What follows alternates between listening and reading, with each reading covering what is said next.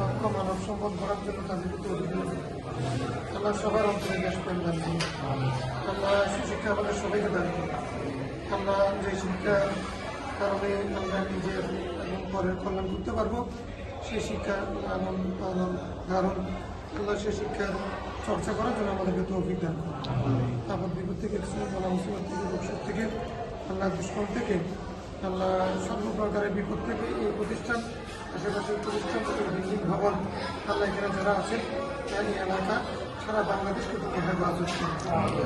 এর সাথে সম্পৃক্ত সবার মধ্যে সৌহার্দ্যপূর্ণ অবস্থান আর ব্যক্তিগত ভালোবাসা আল্লাহ বিশ্বাসের সাথে কাজ করার তৌফিক দান করো।